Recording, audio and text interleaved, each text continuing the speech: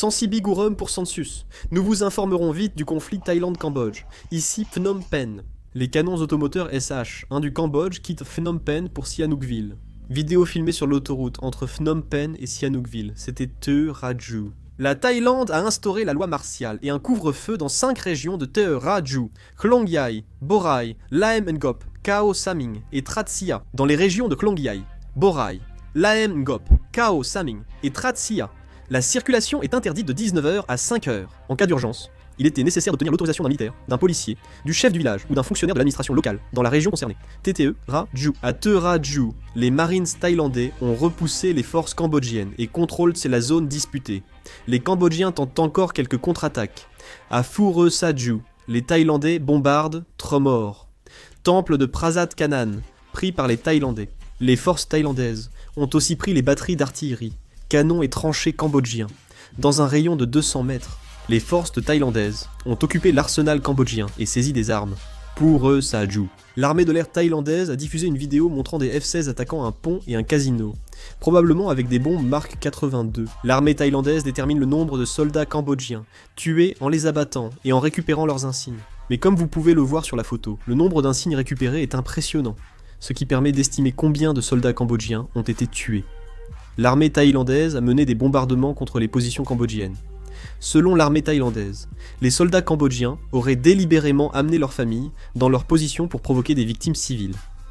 Voici des images des affrontements entre l'armée thaïlandaise et l'armée cambodgienne.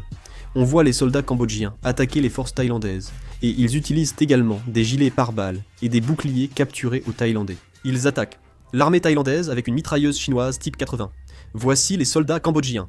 On voit les forces cambodgiennes lancer une attaque au mortier contre l'armée thaïlandaise. Ils utilisent un mortier W86 de 120 mm pour attaquer les Thaïlandais. La marine thaïlandaise a lancé l'opération Prachuap Kirikan et Prachang Kiriket, déployant une flotte pour protéger la baie de Tayo, attaquer les forces cambodgiennes et couper les routes d'approvisionnement.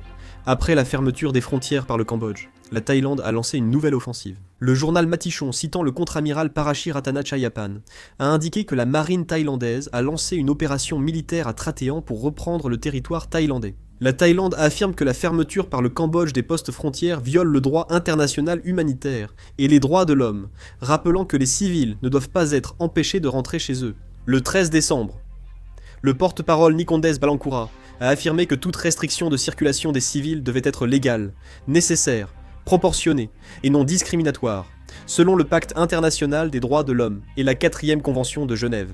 Le 13 décembre, selon le Bangkok Post, le Cambodge a soudainement fermé toutes ses frontières, retenant environ 3000 Thaïlandais sur place. En cas de conflit local, Thaïlande et Cambodge ont convenu de rapatrier leurs ressortissants séjournant dans l'autre pays.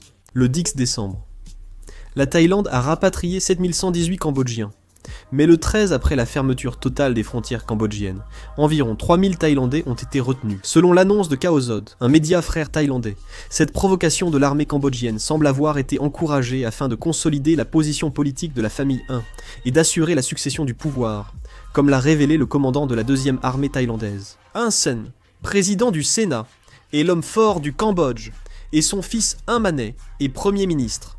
Si les propos du commandant de la 2e armée sont vrais, Hun Sen aurait provoqué cet incident pour faire de Hun Manet le dirigeant du pays, ce qui aurait mené au conflit. Si d'autres nouvelles arrivent, je réaliserai une vidéo et la mettrai en ligne. La vidéo se termine ici, merci.